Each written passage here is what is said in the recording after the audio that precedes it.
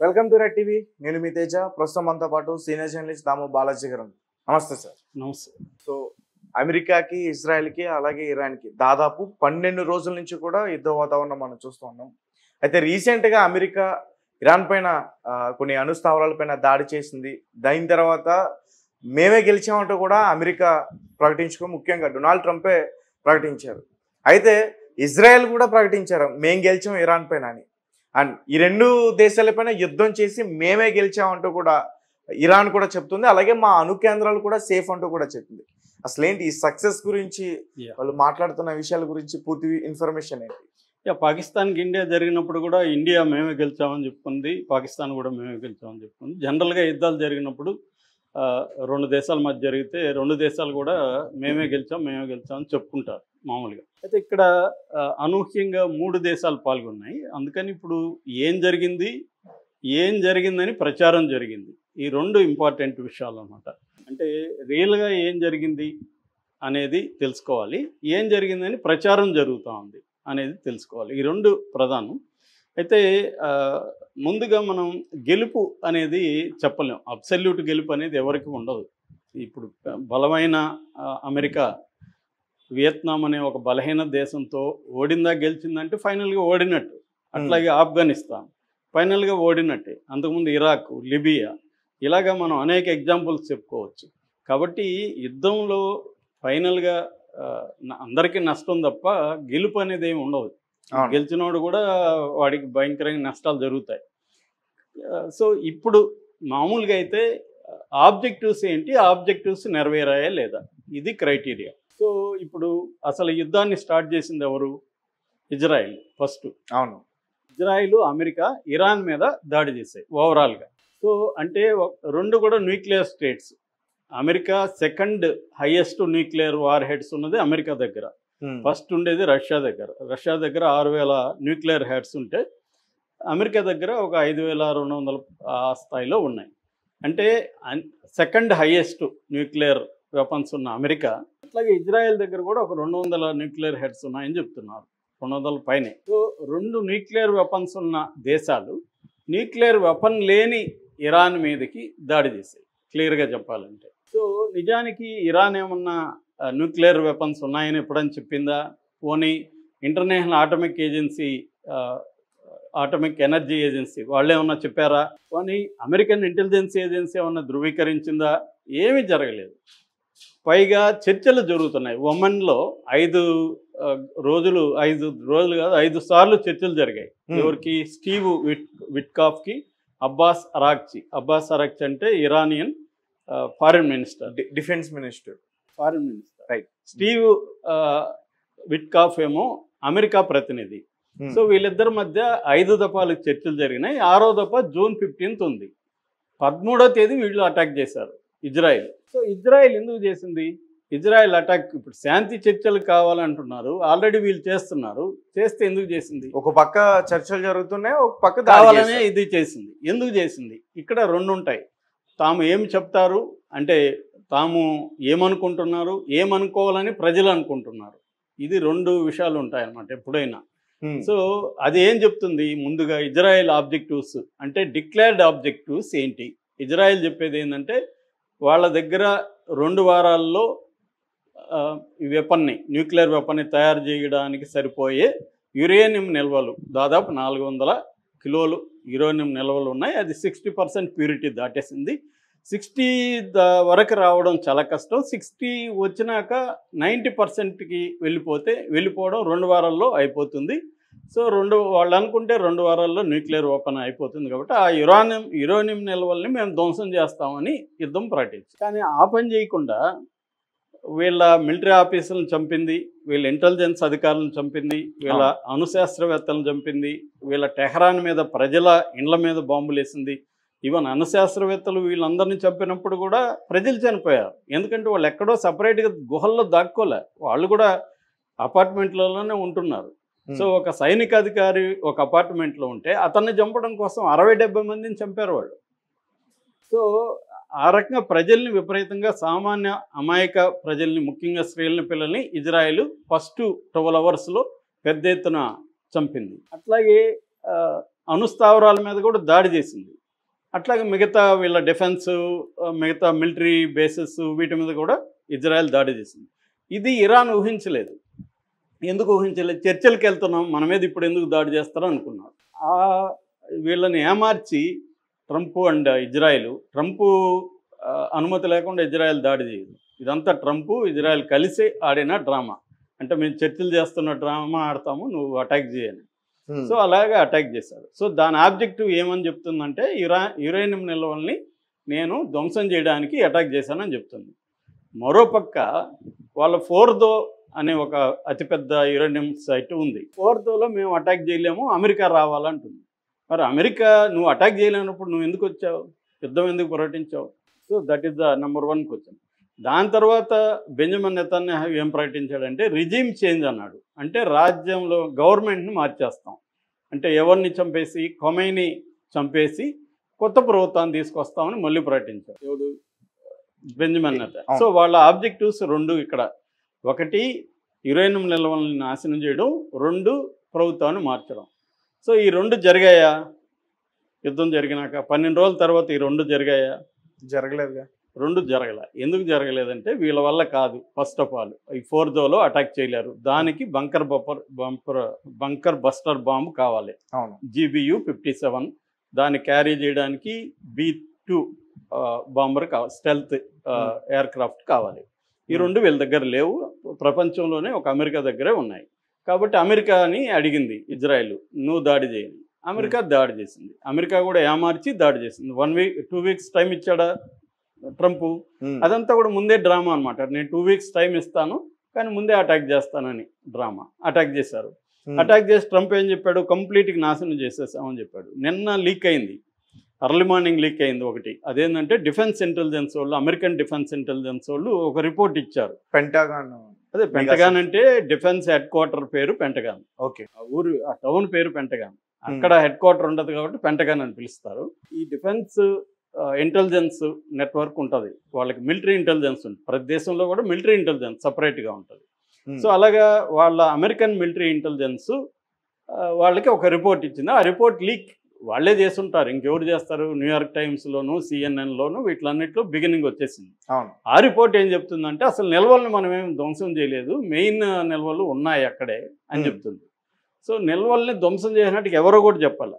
ఒకవేళ ధ్వంసం చేసినా మళ్ళీ వీళ్ళు తయారు చేసుకోగలరు ఇరాన్, ఎందుకంటే ఇరాన్ దగ్గర అటువంటి ఫెసిలిటీస్ ఉన్నాయి.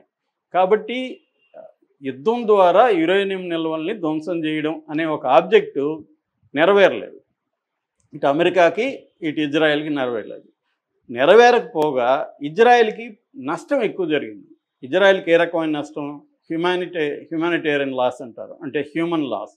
ప్రాణాలు 50 మందికి పైన చనిపోయారు, ఇంకా ఎక్కువ మంది అంటున్నారు, చెప్పట్లేదు అంటున్నారు. ఏదన్నా 50 మందికి పైన చనిపోయినారు, ఒక 1000 మందికి పైన ఇదయ్యారు. తర్వాత ఎకనామిక్ లాస్, ఇండ్లు, తర్వాత హాస్పిటల్స్, మిలిటరీ బేసెస్లు. వెయిజ్ మ్యాన్ అని 1934 నుంచి ఒక రీసెర్చ్ ఇన్స్టిట్యూట్ ఉంది. అది టాప్ 5లో ఉంటుంది ప్రపంచంలోనే. ఆ రీసెర్చ్ ఇన్స్టిట్యూట్ కంప్లీట్గా ధ్వంసం అయిపోయింది. ఓకే.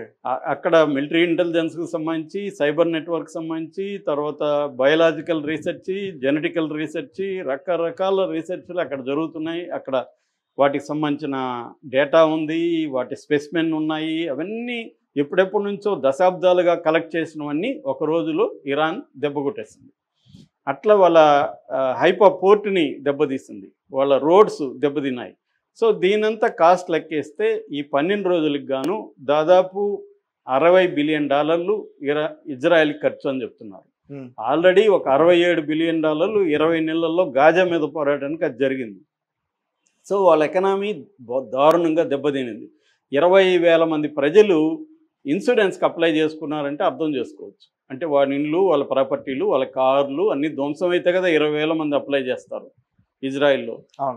సో ఆ ప్రజల్లో కూడా ఒక రకమైన వ్యతిరేకత కొంతమందిలో వచ్చింది. ఇప్పటికీ పోలింగ్ పెడితే 83% వారు ప్రోగానే ఇజ్రాయిల్లో చేశారు. ఎందుకంటే ఇజ్రాయిల్లో ఒక హేట్రెడ్ని పుట్టినప్పటి నుంచి వాళ్ళకి తయారు చేస్తారు. పాలస్తీనా అరబ్బుల పట్ల, ముస్లింల పట్ల హేట్రెడ్ని పుట్టినప్పటి నుంచి వాళ్ళకి తయారు చేస్తారన్నమాట. అందువల్ల వ్యతిరేకత ఉంది. కానీ మెల్లగా ప్రజల్లో కూడా వాళ్ళ మీద కూడా వ్యతిరేకత వచ్చింది. ఎందుకంటే వాళ్ళు ఎవరు ఊహించలే ఇరాన్ ఇలా దెబ్బతీస్తుందని. ఇరాన్ని ఫస్ట్ 12 గంటల కొట్టగలిగారు. ఇరాన్ రివర్స్ అయ్యి ఒక 600 మిసైల్స్ ఈ 12 రోజులు కలిపి అరౌండ్ 600 మిసైల్స్ కొట్టింది.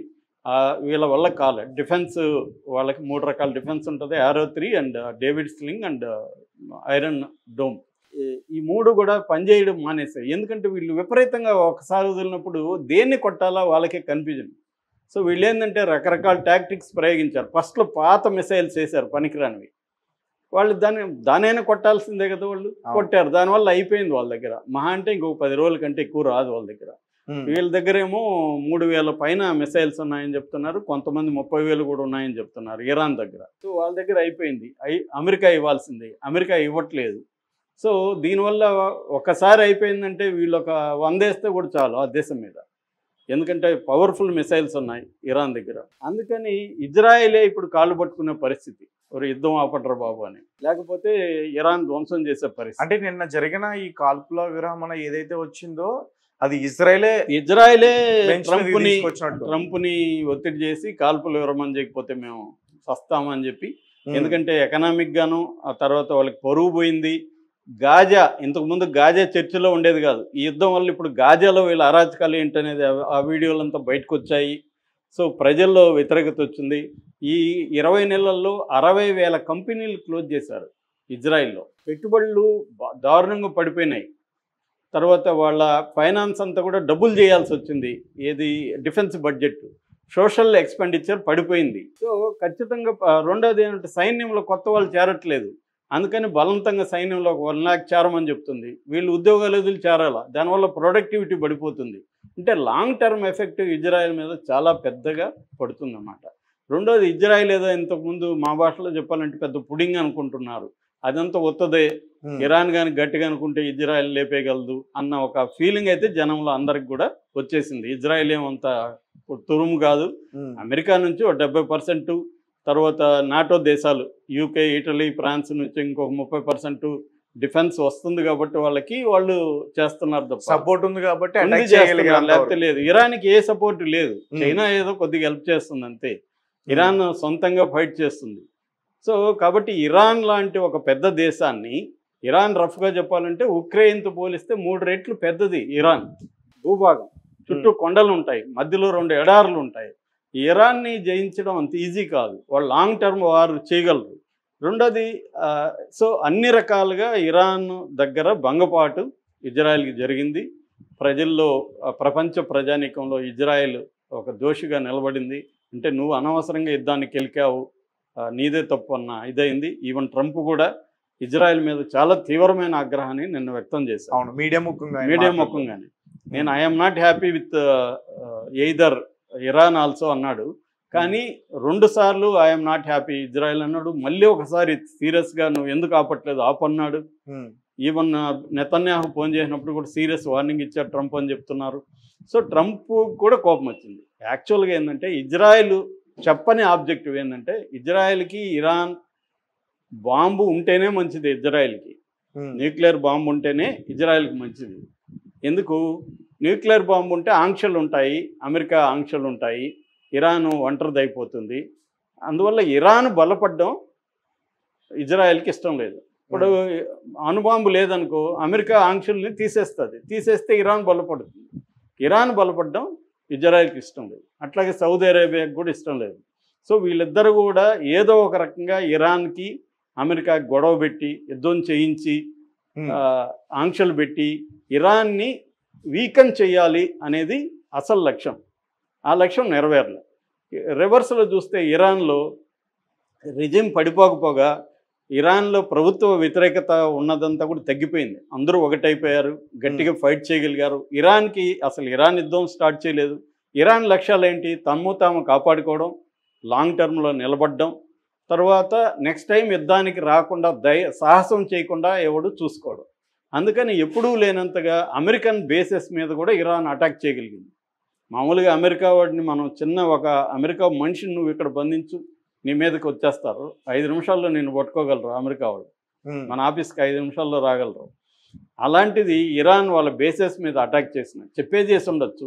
చెప్పే చేసినా కూడా వాళ్ళు మూసుకొని యుద్ధ విరమణ ప్రకటించారు ట్రంప్. అంటే ట్రంప్కి కూడా అర్థమైంది ఈ దేశంతో మనం ఇప్పుడు కెలక్కోలేము అని. ఎందుకంటే ఇది అంత ఈజీగా ఓడించేయలేని పరిస్థితి అయితే ఉంది. రెండోది ట్రంప్ గవర్నమెంట్లోనే ట్రంప్ను సపోర్ట్ చేసే మగా మూమెంట్ అంటారు, మేకింగ్ అమెరికా గ్రేట్ అగైన్.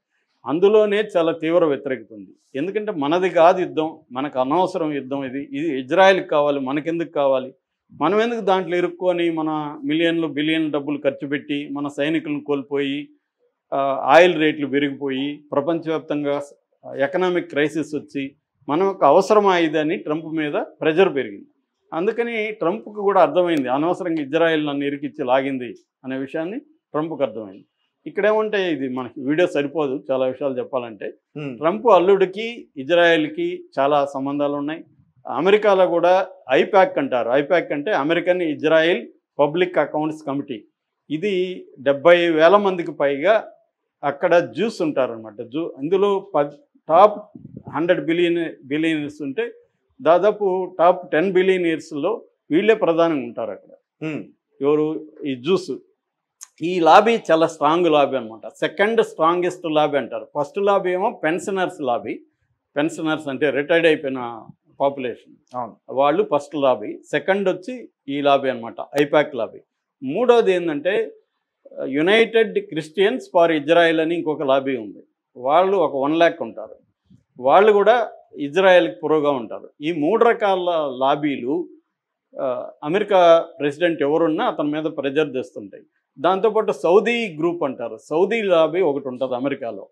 ప్రతి ఎలక్షన్లో సౌదీ అరేబియా అక్కడ విపరీతంగా డాలర్లు కుమ్మరించి తమకు అనుకూలమైన ప్రభుత్వాన్ని తెచ్చుకోవడానికి ట్రై చేస్తుంది. అట్లాగే మిలిటరీ డిఫెన్స్, నిన్న నేను సపరేట్ వీడియో చేశాను. టాప్ 100 మిలిటరీ కంపెనీలు మొత్తం వాళ్ళ యాన్యువల్ బడ్జెట్ ఎంత తెలుసా? 50 లక్షల కోట్లు మన రూపాయల్లో చెప్పాలంటే. అంటే మన భారతదేశం యాన్యువల్ బడ్జెట్ అంతా ఈక్వల్ అనమాట. సో ఆ 50 లక్షల కోట్ల డిఫెన్స్ బడ్జెట్ ఎక్కడి నుంచి పెడతారు? వాళ్ళు యుద్ధాలు జరగాలి కదా. యుద్ధాలు జరగకపోతే వాళ్ళకి వ్యాపారమే లేదు. అందువల్ల కూడా యుద్ధాలు వస్తుంటాయి మనకి. మాటి మాటికి ఎందుకు యుద్ధాలు వస్తుంటాయి అంటే వాళ్ళు ఆయుధాలు అమ్ముకోవాలి. ఇప్పుడు ఇరువైపుల ఆయుధాలు ఖాళీ అయినాయి. మళ్ళీ ఇజ్రాయెల్కి ఉంటుందిగా వాళ్ళ దగ్గర. ఇజ్రాయెల్ 70% అమెరికా దగ్గర కొనాలి, ఇంకో 30% యూరోప్ దగ్గర కొనాలి. సో ఈ యుద్ధాలు చూసి ఇప్పుడు ఇరాన్ కూడా కొనాలనుకుంటుంది. మళ్ళీ స్మగుల్ అయ్యి అక్కడికి కూడా వస్తుంటాయి. మామూలుగా నేను ఇక్కడ మావోయిస్టులో చూసా కదా, మావోయిస్టు వెపన్స్ పోలీసుల దగ్గర దొరుకుతాయి. మళ్ళీ పోలీసులు బ్లాక్లో అమ్ముతారు మళ్ళీ మావోయిస్టులకి. పోలీసులు దొరికిందంత పెట్టరు కోర్టుకి. ఒక 50 తుపాకులు దొరికాయనుకో, ఒక 10 పెడతారు కోర్టుకి, 40 మళ్ళీ మావోయిస్టులకి అమ్ముతారు. ఇది బ్లాక్ మార్కెట్ వ్యవహారాలు అన్నమాట. సో అలాగా ఇది ఓవరాల్గా ఇరాన్కి గట్టిగా నిలబడింది. ఆ చుట్టూ ఉన్న అరబ్ కంట్రీలో హీరోగా నిలిచింది. ఇరాన్ని ఏమీ చేయలేకపోయారన్న ఫీలింగ్ వచ్చింది. సార్, ఇరాన్ కూడా అమెరికాకి సంబంధించిన ఎయిర్ బేస్ పైన దాడి చేసింది. ఖతార్ చేసినా కూడా అదే చెప్తున్నాను నేను, ఛాలెంజ్ చేసింది అమెరికాని.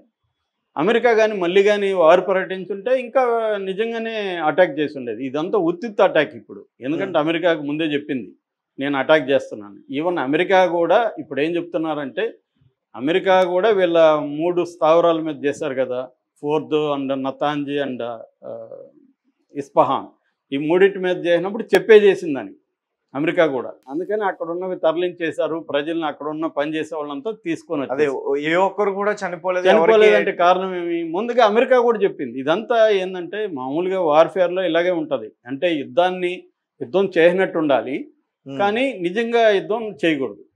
ఇదే అనమాట అక్కడ.